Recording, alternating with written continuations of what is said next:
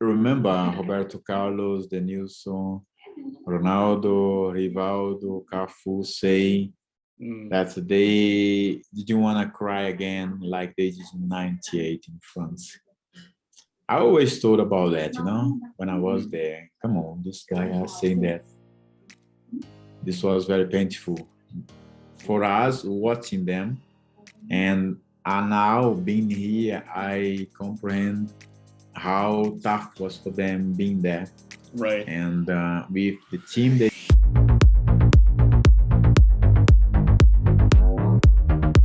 Hi everyone, and welcome back to the Sporting Global podcast. And today I'm here with Gilberto Silva. And Gilberto, it's a pleasure having you part of our podcast. And we're actually here for a very special occasion. It's our 100th episode, 100 podcast episodes. We're doing a little bit extra today, so really appreciate you taking the time, and it's a pleasure having you part of this. Hello, thank you very much for the invitation for this special occasion. Well, I'm very privileged to be here on your 100th episode of your podcast. Well done, congratulations. Wish another 100. Hope Right. in the next 100 I'll be back. Absolutely. Maybe it has to be like 100 episode tradition, like every 100 we have you on, talk about something cool that is happening in the football industry, what you are doing as well. And I think, there's a lot of people out there they kind of know a little bit of your history, a little bit of your background. But for those that don't, I just wanted, to just take it a little bit back. I wanted to just learn and dive a little bit into deep, kind of like how your passion for football come to life. Like, how did it all start for you? Very early in my life, as a kid, play football here in Brazil on the street with my friends, my cousins, and so on. I Right. think football always been part of my life. Yeah. It's like part of my soul, my skin, my vein, my blood, and it's not so difficult, to understand how passionate I'm for football. Right. And grew up, watching some football clubs in Brazil, and later on watch some Italian football clubs, and dreaming at someday in life, become a football player. But I was in a very little village. I was not expecting to become a footballer because of it was something so far for us, despite the fact we had a dream to become a football player. Right. But later on, I had an opportunity to have a trial in my first club, America Football Club, Minas Gerais. Yeah. And I went through, but I stayed only for 5 months. Mm-hmm. And due to family problem, I decided to go back to my hometown, Lagoa da Prata. Right. And for 2.5 years, I worked as in a factory, in a switch factory. Mm-hmm. Just when I was 19 years old, I came back to restart my career. It was a little bit late, as 19, it's not very common.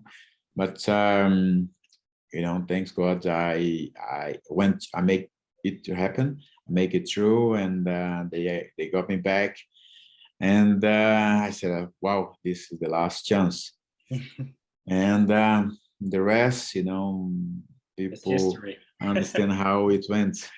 Right. No, I mean, but I think you touched upon something really important, though. Of course, kind of like getting that, I guess, in a sense, last chance, and how important. And I guess that's where your passion and drive really came into place, right? Of taking advantage of that opportunity. And for those that don't know you, you've been playing for major teams, such as Arsenal and Panathinaikos, and I wanted to just speed up a little bit through that career and talk a little bit about what have been some of your career highlights. It doesn't have to be directly from those clubs, but just looking back at your professional football career, what have been some of your career highlights?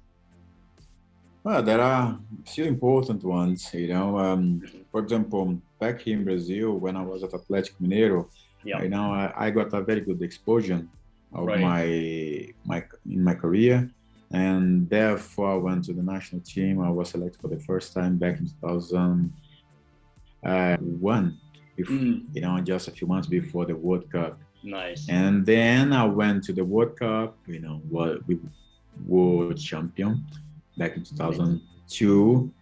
And the continuation of it, I finalized at Arsenal.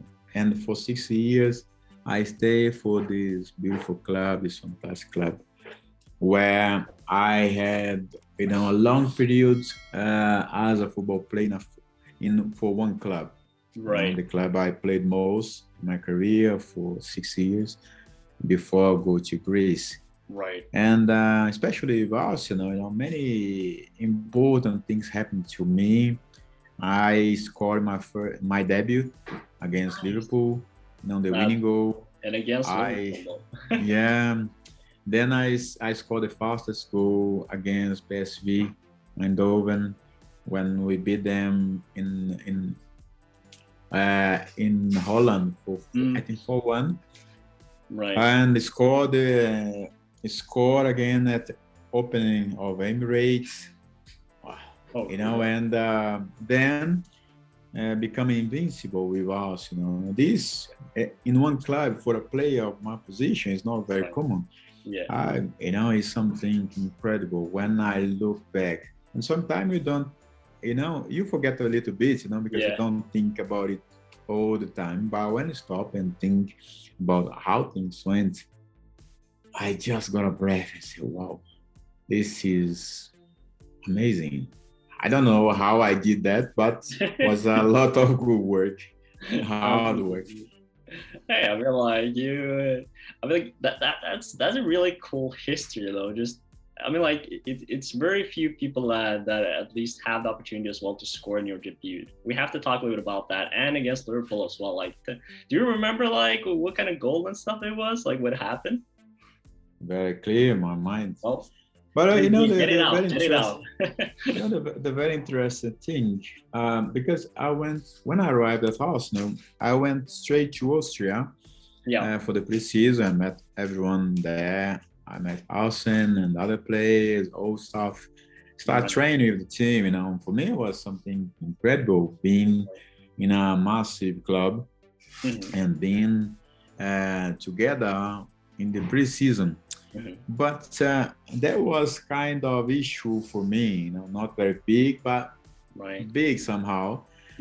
Because I did not speak the language. I did not speak English. The good thing that I had Edu to help me out, to guide me through, help me with Arsene and other players in the communication. Then we left Austria for this game, but I didn't know honestly how important this game was. Right. I just thought to myself, okay, we had a game in Wales against Liverpool. It's like we used to do here in Brazil, after preseason, you have like a friendly match before the competition starts. But I didn't know it was like a kind of super cup, between both clubs. Yeah. Right. And I started on the bench. In the second half, I came on.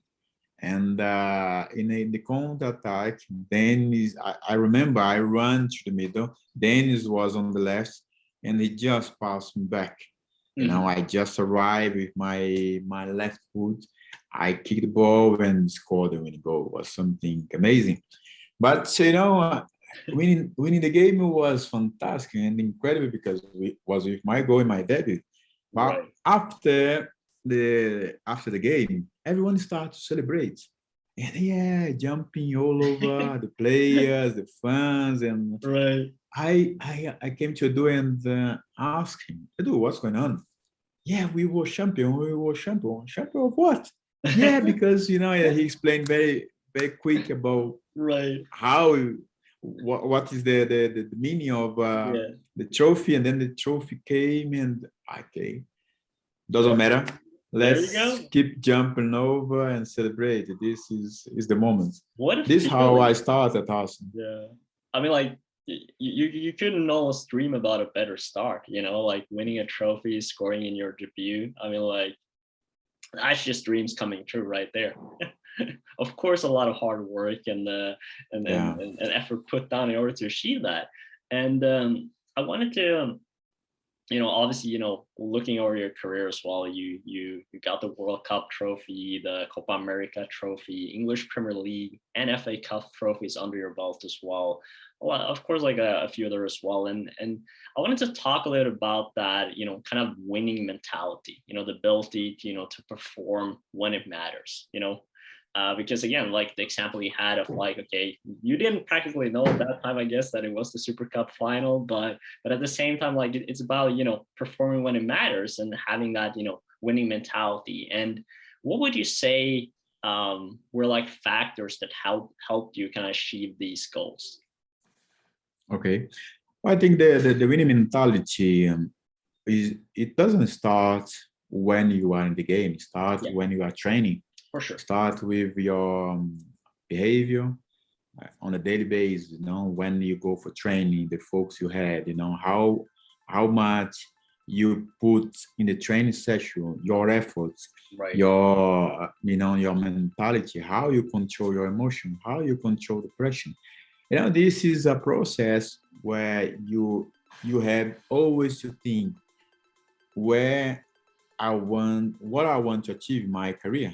Mm-hmm. What do I want? What do I want for me? Which level I want to be? And how do I do things? Who can help me to get there? I think when you start to make these questions for yourself and you start to understand very clear which way you want to go, what path you want to build, because everything's about yourself. Right. You are the main responsible to open up your own your road and pavement that. Because if you don't do it by yourself, right. Doesn't matter how many people try to help you, but if your mind is not strong enough, it's not gonna work. I think for me, one important factor that I was very clear was where I want to go, what I want to achieve. Right. Being in the national, being here, starting here for the clubs in Brazil, Atlético Mineiro and Atlético Mineiro, I told myself, listen, I want to be champion in these clubs. I want, therefore, to get to the national team. In the national team, okay, I want to be champion. I want to build up my name here in the team. Of course, I do respect the others, but I want to build up my own way here. I want people recognize my efforts, but I want to contribute. I want to give everything to achieve the team's goal. Because when I achieve the team's goal, your goal, your individual goal are included in this package. Right. But think about it every time. How can I improve every day to achieve what I want? Right. I think this is a daily base exercise you have to do. But when you are there in the training session, work, and work. Not come so easy. Nothing. Right. No, I mean, the reason why I wanted to talk about this kind of like, obviously the winner mentality and the ability to perform, right? It's sort of like, because obviously the podcast and the people that we speak to here, right, that you were speaking to today, is a lot of young students, right, and professionals that wants to, work in the industry, in the sport industry, in the football industry. And, they have big goals. A lot of them, I want to be, the CEO of Barcelona. I want to, the sports director at Arsenal, like all this stuff, right? Which is great. But they kind of like don't realize that it's going to take 15, 20 years before you get there. So that's why I wanted to like dive into a little bit. Okay, how do you achieve those goals? Because as you were saying, it's good having those goals, but understanding that it starts at a daily basis. You have to work your way up step by step. Sure. It's easy to, for example, we can have many dreams in our life, but is that right to have many dreams? What is your main goal? If you don't know exactly, then you can have many dreams, but then you just run in circle, and don't find exactly what is your passion. I think it starts from your passion. If you have your passion, you understand that, you discover that, this is the first point. Then focus about how to get there, and do what is necessary. If you have to, train more. If you need to, recover better, in the recovery, you can put the nutrition, for athletes, for example, they have to eat well, train well, improve their technical, physical, and mental strengths. This is important on a daily basis. And then, do every day, for me, it works because in a period of when I had to work in a factory to help my family, I spent 2.5 years working in this factory. I was not playing football in a normal football academy like many other players. When I came back and had my last opportunity, I had every day to put extra time in my training session. When we finished the training session, I remember I stayed for an hour more. All the other players, they went home, and I stay on the field practicing, sometime crossing, sometime long pass, short pass, physical training, running, speed, every day put something else. For me, it was like I was trying to recovering a little bit the time I was working in the factory and not playing football professionally, having all the fundamentals necessary to become a professional football player. It's always about hard work. And then one thing important, to listen the right people. Listen the right people, and sometimes the right people who likes you, who wants you to achieve the good level, they are not so nice with you because they push you. And for some footballers, they say, oh, come on, this guy is fucking every time he comes to me, and start to complain. But come on, it's not about the other person, it's about you. Listen to these people and think if they are right in the way they are pushing you, and if you are doing the right things. Because if the guy is asking you, is pushing you for the same thing, especially if the same thing, is because on our side we are not doing things right. No, that's a really good point. And let's just then talk about some of those, I guess, tough people that you had around you that were like, being that voice and telling you what to do and kind of like helping you in your path. Like who were some of those people in your life, in your career? So first start at home, my parents, they were never easy to me. Despite, the condition we had, we came from a poor family, very simple family. But they taught me the main principles of life, the family foundation.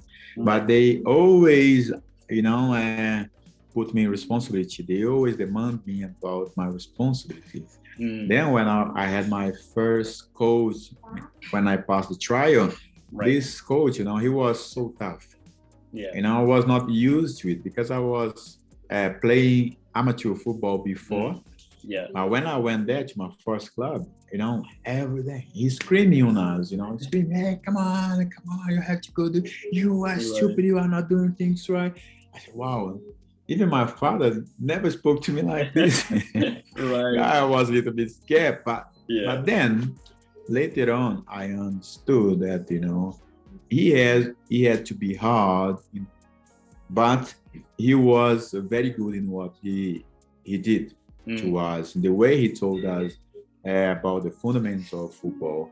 And I'm always grateful to have this guy, this coach as my first, mentor in football, because it was so important. Obviously, later on, I had some other guys, other coaches. They were very important. They were never easy, but I was always, before complaints, listen and do. Listen, do, improve. Listen, do, improve. And what's the next level? Always try to go to the next level. it's like play a game, you know. Yeah, yeah, And yeah. when some young players they play like they are on their video games, you Right. know, they have one stage, Yep. but you know, sometimes when they are not doing well, they want to go to the next level to get some bonus. What was my bonus? Okay, I understood this first level. Now I want to go to the second level. I want to improve my skills, and then you see that things start to become a little bit easier for you because you open up your mind because you play football with your brain. Yeah. The feet is only a tool Right. to kick the ball, but start here on your mind. That's a really good advice, and I like the gaming analogy too. I think a lot of the young ones listening here is just like, okay, that's something I can relate to. You know, that you just go level by level, step by step, but also really enjoy the whole listen. Take a step back, listen, do and go to the next level. I really enjoy that.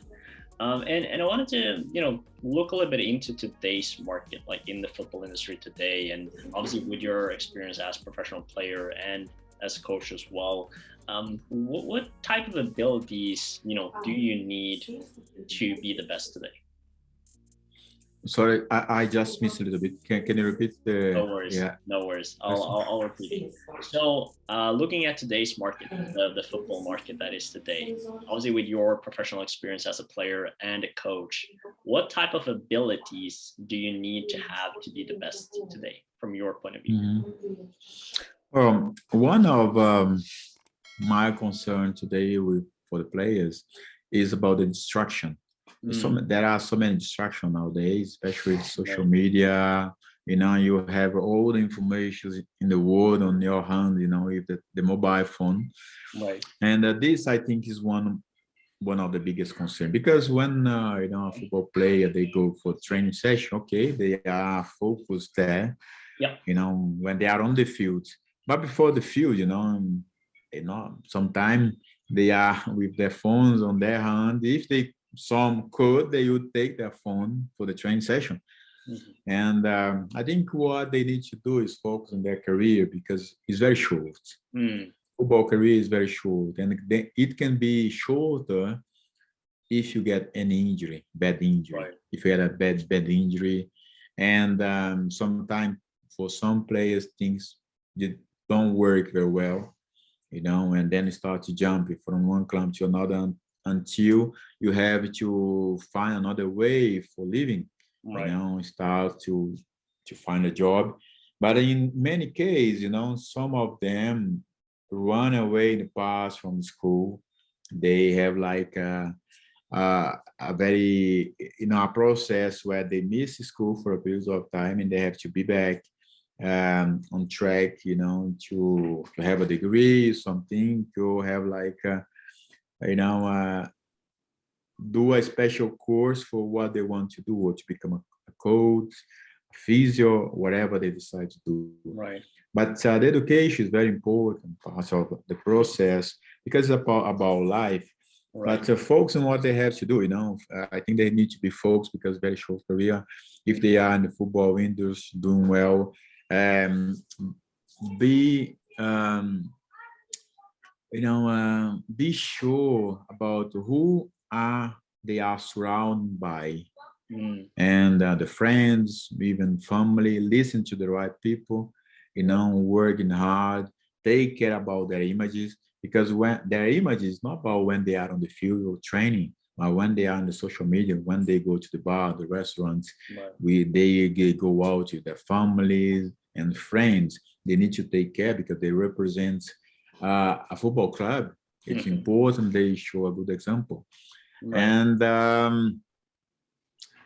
And hard training. I think nowadays, what I can see that many players, they are investing more in their career, hiring a nutritionist, a personal fitness coach, sometimes a physiologist or physiotherapist, to help them, to recover faster, right, and to improve, and to help them improve their performance And then, therefore, you see the result on the field, like Right. players who invest in themselves, like Cristiano Ronaldo, Ibrahimovic, for example, they are with their age, doing well, good shape, and very fit. I think these are kind of example, from people who always think to be the best, to be Right. in the high level of football. I think what everyone should think of. Yeah, that's a really good point. And again, like, looking at Ibrahimovic and Cristiano Ronaldo, I mean, like they're top top athletes even at this at their age now, and it's really impressive. And again, I think it goes back to what you were saying as well with the mentality, right? Of just that every day by day, always looking at like how to improve step by step. And I really enjoy what you were saying in terms of the listening, because I think that's everyone is always so focused, on like, where they're going, and like, no, I have to do it this way and this one, this one. They kind of like forget to listen. And I think that not always, has to do with, professional players or players itself, but also like, just people that are trying to get into an industry, education, like just open your ears, open your eyes, and take that advice. I think that's a really, really good point. I wanted to sort of like, I guess, go a little bit to your journey with the Brazilian national team. So obviously you have, over 90 games, which is, first of all, super impressive. And I wanted to like have you tell a little bit about, the feeling and the opportunity to playing for the national team. And second of all, as well, what is your favorite memory from the national team? So the feeling of representing your country is amazing. Is something, is one in a million opportunity you have in life. When you are there, you have to enjoy, you have to do your best, you have to do everything, because I know it's like you are a soldier. Right. Yeah, I made this comparison because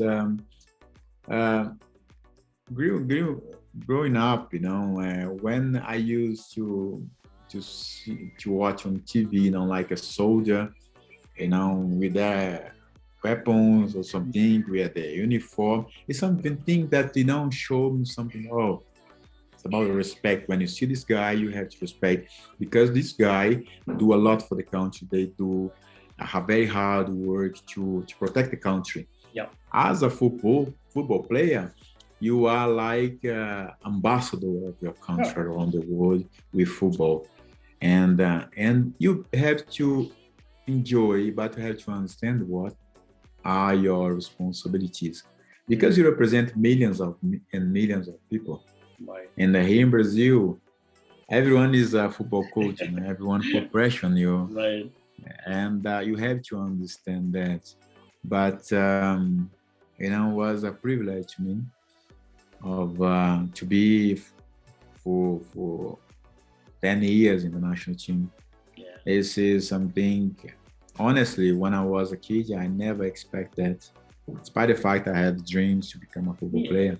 No, for sure. And obviously there are a lot of good memories. But first thing come in mind was my first time when I went to the national team. The first selection is something unforgettable. Right. And I was in the car going to the training center when my PR called me, and I had to stop a car, because I was full of emotion. I stopped a car, for a few minutes, and they called me. I was so freaking very happy because of this phone call and telling me that I was selected for the last two games of the qualification for 2002 World Cup. Right. And then there is the World Cup, the major trophy, was there, played for the 7 games. And I did what I could to help my country. Put another star in the shirt. It's a different level. When you get there, when you are there doing your work, honestly, I never thought about that too much, or being there, because I was focused in training hard to deliver in the game and win the game and go to the next stage. Yeah. But when you win that and you stop thinking about it now, and you say, wow, this is a different level, Right. and just enjoy and embrace all this glory. Absolutely. I mean, like it's I mean, like that's why I want you to talk about the feeling, like the opportunity, because it's a thing that most people don't, have the chance. And I think as well, I have like some Brazilian friends at least, and I know how important, sports and football is in Brazil. So I guess in a sense you could feel that, emotions and what it means for people, and just representing that. So I think that must be quite a unique feeling for you to have had. Yeah, no, it's for sure. It's for sure. Obviously, I always been very low profile, Right. but people still recognize, and when we start, they see myself somewhere, we still talk and they still ask questions. It's always good, it's good to remember about something. It's good to when I talk and they ask me how was the dressing room, for example, how was the player, Ronaldinho. And I know this is a part of the history people are curious to know about, and it's always good to refresh the memory. Oh yeah. Because it's a very good feeling. And it's like you were saying, like at that time you were very like just in your bubble, right? And you're just like about performing, about kind of like going from the next game and training and practice, and then it's good to have those reminders of just like reflecting and thinking back at what you achieved, and kind of like what you've been part of. And I wanted to like kind of, I guess, in a sense, lastly, just talk a little about the World Cup final, that you guys won in 2002. Just take a little bit through, I guess, like the game, the aspects, and of course, like once the whistle goes over there at the end, what what kind of emotions and stuff that comes out of that? Because that must be quite unique. Very, very unique, and special feeling when you know that you have finished your job well, win a trophy, because this competition is so hard, it's so tough to play, and so tough, so difficult to win. And but one thing was always was was stuck in my mind from the first few days we were together for in this when I left Brazil. Right. Roberto, I always remember Roberto Carlos, Denilson, Ronaldo, Rivaldo, Cafu saying that they didn't want to cry again like they did in '98 in France. I always thought about that, when I was there. Come on, this guy is saying that.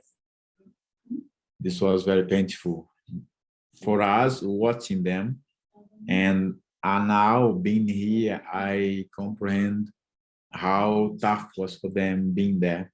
Right. And with the team they've got and lose the game, it's our time.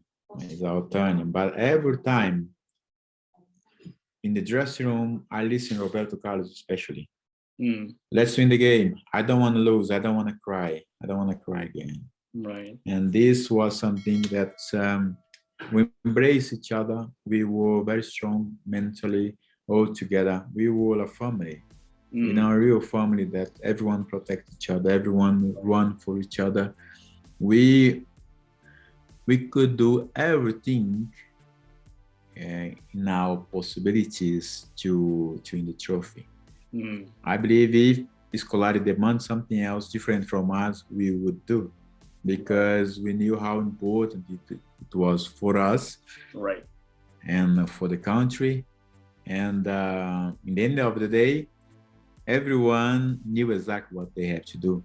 Everyone knew exactly what each one need to perform for training, and then arrive in the final is just about thing.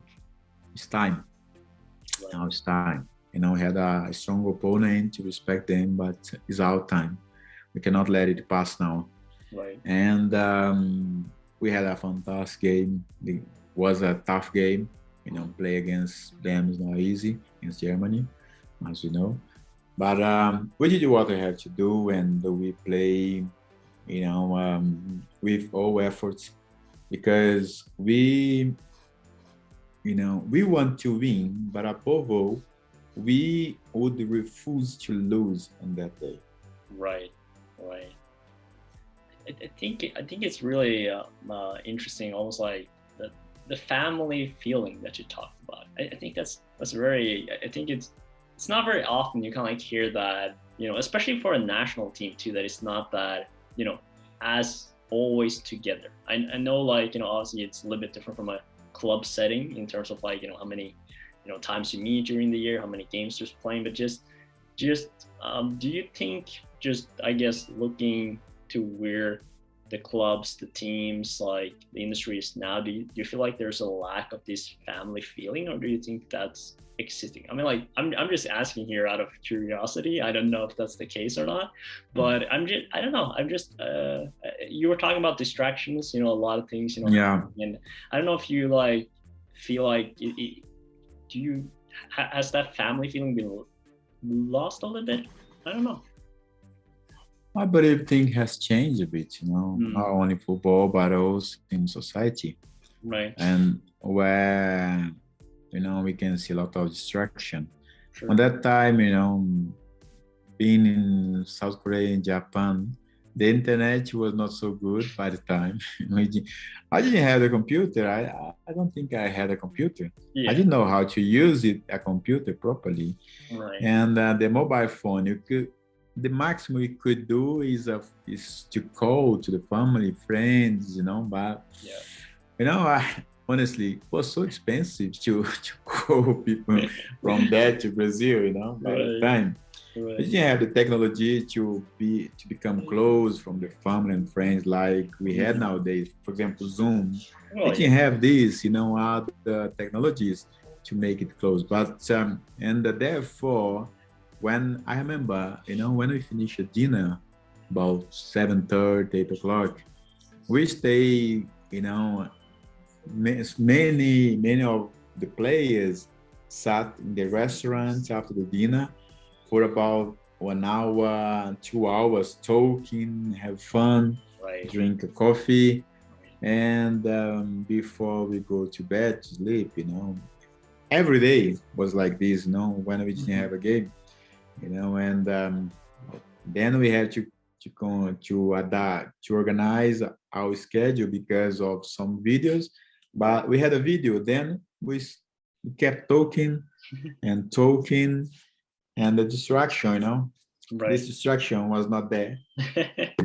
was was okay, we enjoy, and I think the time has changed a lot when the players have changed their behavior, Right. the society has changed their behavior. For I sure. think technology is here nowadays to help and distract.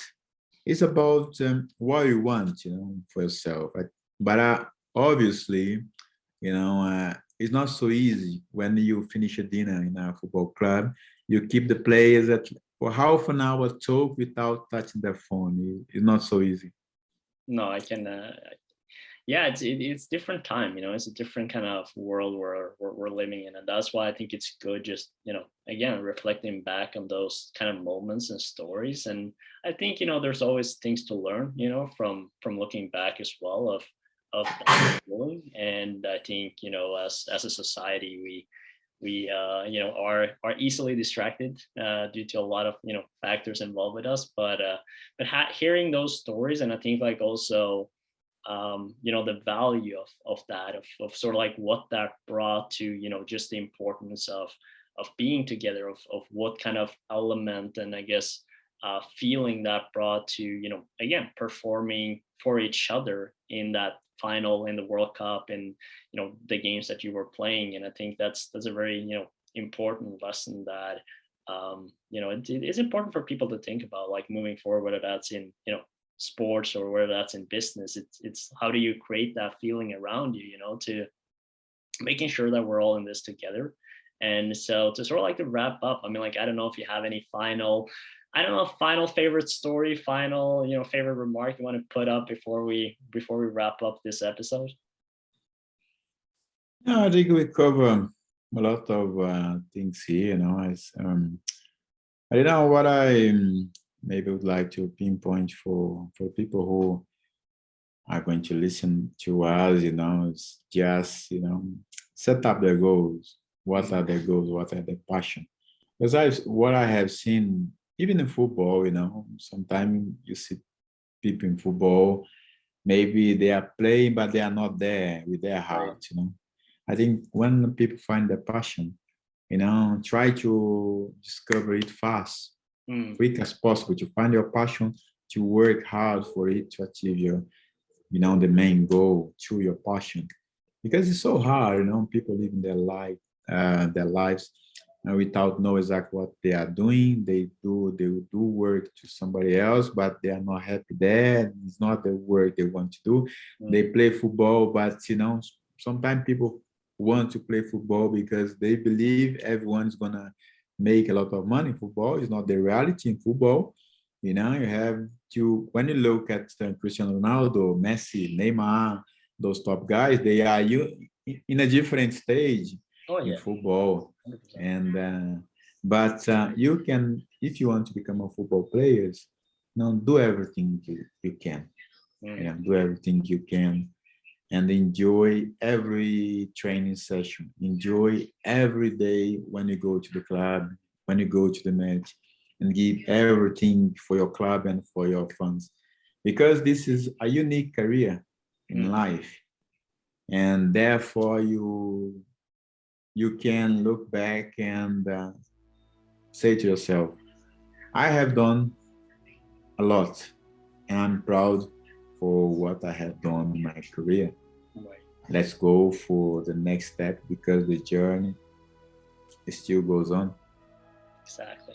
Well, Gilberto, I would like to thank you, you know, so much for taking the time for being with us here today and sharing, you know, your stories, your insights. I mean, like, we could kept digging into your career, but again, like, now we have a tradition, you know, we have to do it like every 100 episodes. So we'll go a little bit more deeper into things then.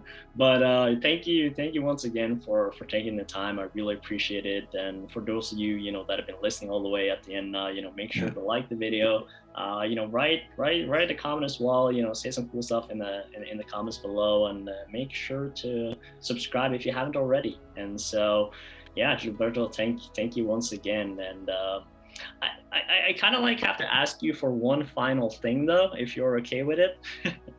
So we have like a tradition in the Sporting Global podcast where I have to teach you a little bit Norwegian. So that, okay, yeah, I can try. Yeah, that's what matters. So with every video we do, we always finish with "Vi snakkes," which means "see you later" in Norwegian. So that's what you have to say. Can you spell again? Yeah, "Vi snakkes." Vi snakkes, yes. There you go. Good job. Is that correct? Yeah, you did well. Vi snakkes, yes. Yeah, vi snakkes. Vi snakkes. There you go. Perfect. Fantastic. Now you know Norwegian. Okay. All right. And now I'll tell you the Portuguese, okay? All right. The challenge now. Okay, I'll tell you. Até breve. Até breve. Yeah. Até breve. Até breve. Yeah, see you soon. Até breve. Yeah. All right. Great. Thank you so much, Gilberto. We'll talk soon, all right? Ciao, ciao. Thank you.